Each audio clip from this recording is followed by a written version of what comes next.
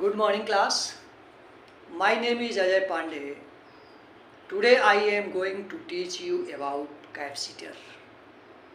Capacitor क्या होता है? पिछले वीडियो में हमने आपको बताया कि जब किसी भी कंडक्टर को हम चार्ज करते हैं तो उसका पोटेंशियल बढ़ता जाता है और एक मैक्सिमम पोटेंशियल के बाद charge begins to leak in the surrounding. Charge जो है एक निश्चित पोटेंशियल के बाद जो है वो सराउंडिंग में लीक होने लगता है. मान लीजिए कि ये आपका कोई कंडक्टर है, कोई भी कंडक्टर है जिसको हम किसी बैटरी से जोड़ करके इसको एक पॉजिटिव चार्ज देते हैं. तो जैसे जैसे इसको हम चार्ज देते जाते हैं इसका पोटेंशियल बढ़ता जाता है और एक निश्चित मैक्सिमम पोटेंशियल के बाद जो है चार्ज लीक होने लगता है. यदि हम किसी अरेंजमेंट से इस पोटेंशियल को कम कर लें तो ये फिर और चार्ज होने लगेगा और चार्ज को हम ज़्यादा चार्ज को कलेक्ट कर सकते हैं और चार्जिंग में जो एनर्जी होगी, वर्क डन होगा, एनर्जी को भी कलेक्ट कर सकते हैं. ऐसे ही अरेंजमेंट को हम कैपेसिटर कहते हैं. अगर हम यहाँ इसके पास कोई दूसरी प्लेट रख दें, एक न्यूट्रल प्लेट रख दें, तो इसके इनर फेस पर जो है नेगेटिव चार्ज प्रोड्यूस हो जाएगा और इसके आउटसाइड फेस पर जो है पॉजिटिव चार्ज डेवलप हो जाएगा. नेगेटिव चार्ज के कारण पोटेंशियल कम हो जाएगा, पॉजिटिव चार्ज के कारण पोटेंशियल बढ़ जाएगा. लेकिन नेगेटिव चार्ज इसके नज़दीक है इसलिए जो है नेट पोटेंशियल आपका वो घट जाएगा. इसी तरह से अगर इसको हम इसकी एक्सटर्नल फेस को हम किस अर्थिंग अगर कर दें, अर्थ से जोड़ दें, तो ये पूरा पॉजिटिव चार्ज आपका अर्थ में चला जाता है. अब केवल नेगेटिव चार्ज का इफेक्ट होता है जिससे पोटेंशियल काफ़ी रिड्यूस हो जाता है. तो पोटेंशियल रिड्यूस करने के लिए जो अरेंजमेंट बनाया जाता है वही जो है आपका कैपेसिटर कहलाता है. तो कैपेसिटर की डिफिनीशन है a pair of conductors insulated by a medium which is used to collect charge and energy is known as capacitor. जो एनर्जी, इलेक्ट्रिकल एनर्जी और चार्ज को कलेक्ट करने के लिए अरेंजमेंट किया जाता है उसको हम कैपेसिटर कहते हैं. तो इस तरह से ये आपका एक कैपेसिटर बन जाता है. इसके बीच में जो है हम कोई मीडियम, एक डाई इलेक्ट्रिक मीडियम रख देते हैं. अब इसका कैपेसिटेंस हम आपको अगर ज्ञात करना चाहें तो सबसे पहले आप देखिए कैपेसिटर कई तरह के होते हैं. Parallel plate capacitors are different types. Parallel plate capacitors, spherical plate capacitors, cylindrical capacitors. तो कैपेसिटर ये डिफरेंट शेप के होते हैं. तो सबसे पहले हम आपको पैरेलल प्लेट कैपेसिटर बता रहे हैं. पैरेलल प्लेट कैपेसिटर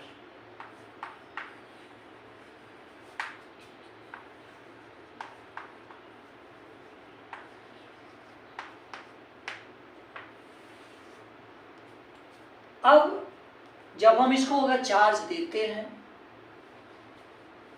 तो इस दोनों प्लेट के बीच में एक इलेक्ट्रिक फील्ड इंड्यूस हो जाती है जो हमेशा पॉजिटिव से नेगेटिव की तरफ होती है.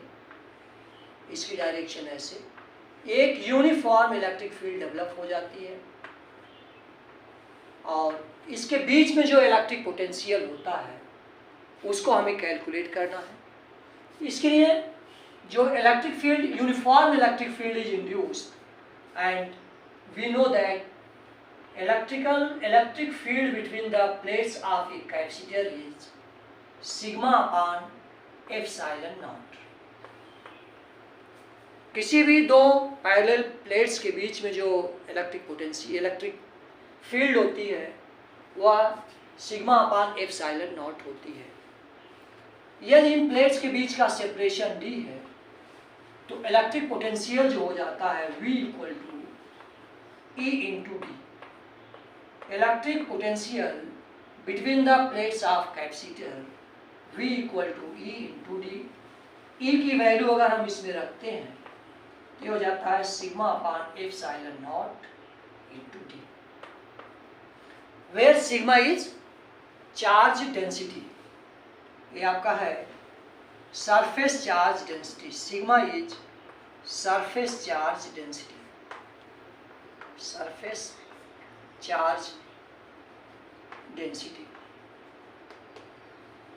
और ये होता है Q upon A. Sigma equal to Q upon A. अगर यहाँ हम सिग्मा की वैल्यू अगर रखते हैं तो ये हो जाता है V equal to Q upon epsilon naught A into D. This is electric potential. और कैपेसिटेंस हम जानते हैं, capacitance of the capacitor C equal to Q upon V। और यहाँ पर हम V की वैल्यू अगर पुट करते हैं तो ये हो जाता है Q upon epsilon naught A into D. आपका Q से Q कैंसिल हो जाता है। C equal to epsilon naught A upon D. इस तरह से आपका जो कैपेसिटेंस हमने इसका ज्ञात किया, ये epsilon naught A upon D. Capacitance किस किस पर डिपेंड करता है ये आपसे पूछा जाए तो एरिया ऑफ द प्लेट्स अगर हम इंक्रीज करते हैं तो कैपेसिटेंस इंक्रीज हो जाता है, और अगर इनके बीच की डिस्टेंस को अगर हम इंक्रीज करते हैं तो कैपेसिटेंस रिड्यूस हो जाता है। इस तरह के क्वेश्चंस आपसे पूछे जाते हैं कि एरिया बढ़ा देते हैं तो क्या होगा, बीच की डिस्टेंस को अगर हम बढ़ा दें या घटा दें तो क्या होगा, इस पे डिपेंड करता है। अगर इस प्लेट्स के बीच में अगर हम कोई भी डाई इलेक्ट्रिक मटेरियल रख देते हैं जिसका डाई इलेक्ट्रिक कॉन्स्टेंट के है तो ये आपका इस तरह से हो जाता है।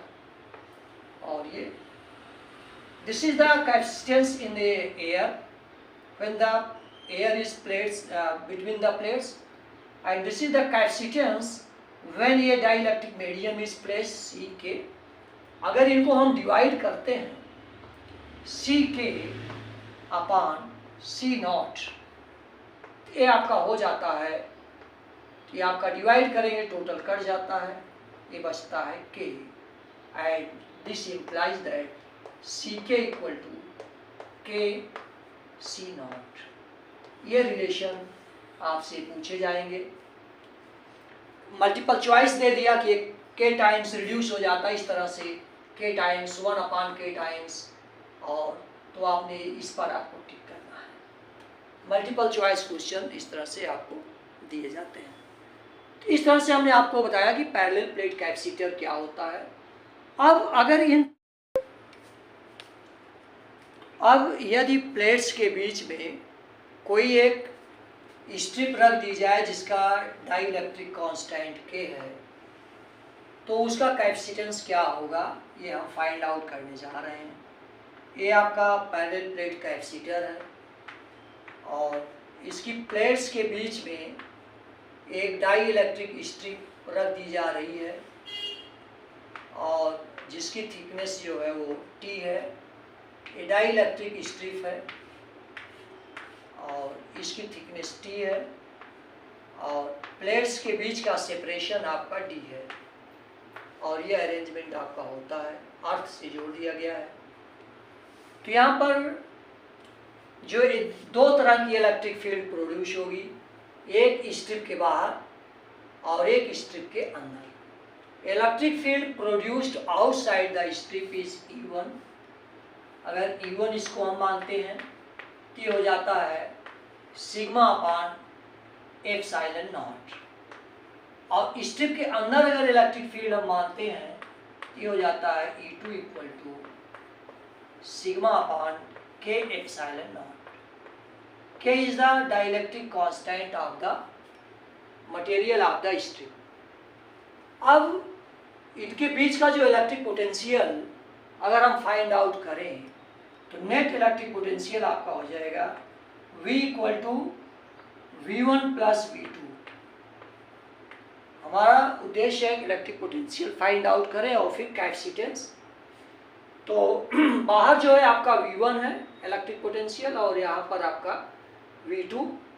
ये आपका हो जाता है V1 की वैल्यू आप जानते हो E1 इंटू जो बाहर का स्पेस है वो D माइनस टी है, D माइनस टी, और V2 जो है आपका हो जाता है E2 इंटू जो स्ट्रिप के अंदर इलेक्ट्रिक पोटेंशियल होगा वो हो जाता है E2 इंटू टी।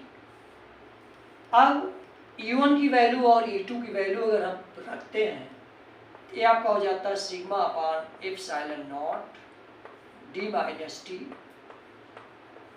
और E2 की वैल्यू यहाँ रखते हैं तो sigma upon K epsilon naught into T, where sigma is surface charge density and equal to Q upon A.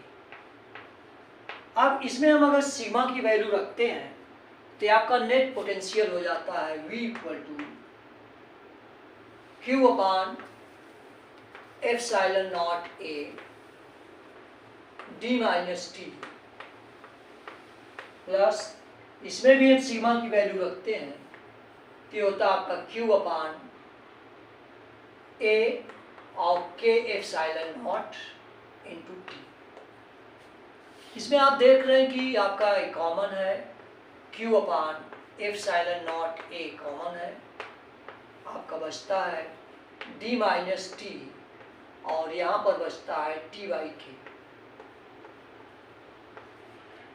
This is electric potential. और कैपेसिटेंस जब हमें ज्ञात करना होता है C equal to Q upon V, ये हो जाता है इस तरीके से।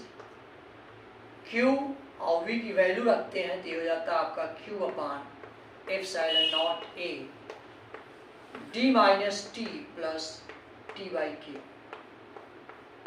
ये होता है Q से Q आपका कैंसिल हो जाता है तो ये हो जाता है, ये आपका ऊपर हो जाएगा epsilon naught A D minus T plus T by के।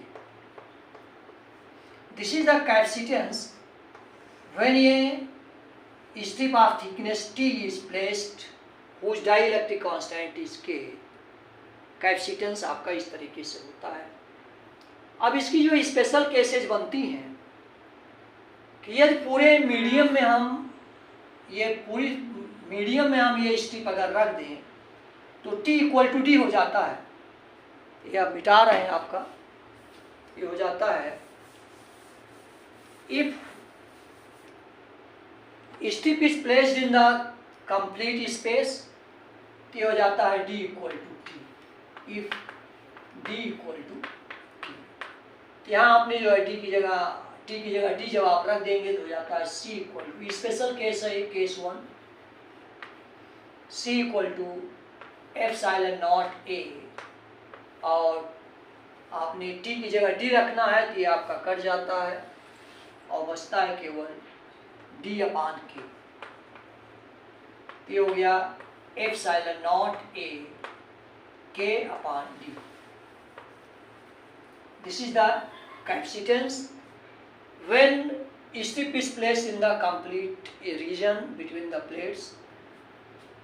दूसरा इसमें ऐसे पूछते हैं कि अगर इफ ये metal strip is placed between the plates, एक नंबर का क्वेश्चन आपसे पूछते हैं अगर बीच में मेटल स्ट्रिप रख दी जाए तो क्या होगा, जिसकी थिकनेस T हो, metal strip of thickness T, तो हम इसमें क्या हो जाता है कि जो मेटल होती है उसका डाइलेक्ट्रिक कांस्टेंट इनफाइनाइट होता है। यहाँ हम इनफाइनाइट जब रख देंगे ये होता है C equal to epsilon naught A और D माइनस टी और प्लस T अपान इनफाइनाइट, ये आपका 0 हो जाता है। C equal to epsilon naught A upon D minus T. When ये metal strip of thickness T is placed between the plates, तो इस तरह से आपका होता है। और इसको अगर ये थिकनेस जो है, कई थिकनेस की पट्टियां आपकी रख दी जाए, जैसे इसी मीडियम को हम ऐसे अगर इंडिकेट करें,